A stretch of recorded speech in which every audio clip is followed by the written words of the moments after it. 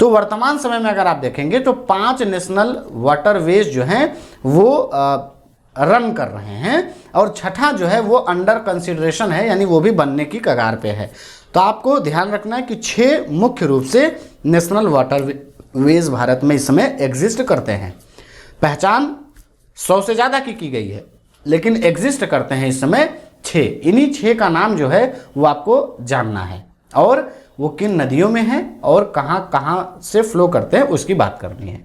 ये चित्र अगर आप देखें, इस चित्र में ये है नेशनल वाटरवे 1 जो कि गंगा नदी में है। देखिए ये है गंगा नदी, ठीक है। ये तो ये नेशनल वाटरवे 1 है, ये इलाहाबाद का क्षेत्र है, इलाहाबाद से शुरू होता है और ये इस तरह से होता हुआ ये आता है आपके हल्दिया तक, कि पश्चिम बंगाल में है। यहाँ पर देखिए ये हल्दिया का क्षेत्र है। तो ये पहला वाटरवे है जो गंगा नदी में है और पाया जा रहा है इलाहाबाद से हल्दिया के बीच में।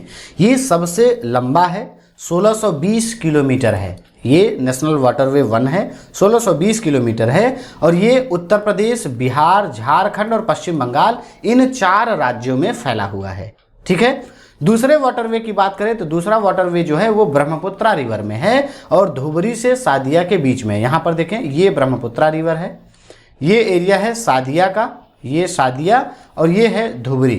तो सादिया से धुबरी तक, उससे पहले जो अरुणाचल प्रदेश का क्षेत्र है वहाँ पर बहुत ज़्यादा उबड़ खाबड़ मात्रा में पाई जा रही है ये नदी, इसलिए सादिया से धुबरी के बीच में ही इस वाटरवे का निर्माण किया गया है।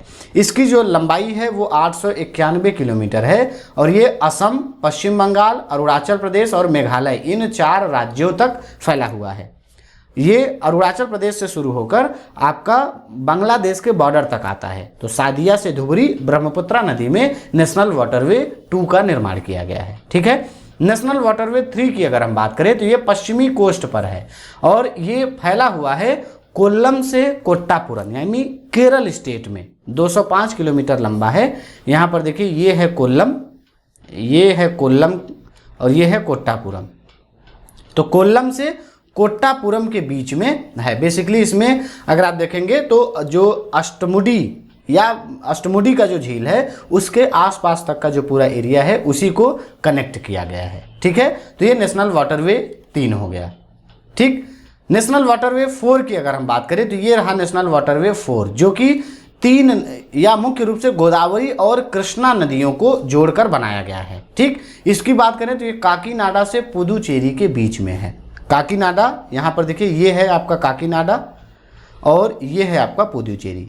तो ये कृष्णा और गोदावरी नदियों के बीच में है और ये कई नहरों को आपस में जोड़कर इन दोनों कृष्णा और गोदावरी को जोड़ा गया है जो कि 1078 किलोमीटर लंबा है, यानी ये दूसरा सबसे बड़ा नेशनल वाटरवे है, ठीक।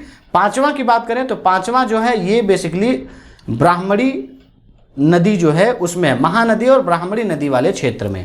इसका अगर आप क्षेत्र की बात करेंगे तो ये है गोयनका से लेकर तालचर तक, या इसको तालचर से धामरा के नाम से भी जानते हैं।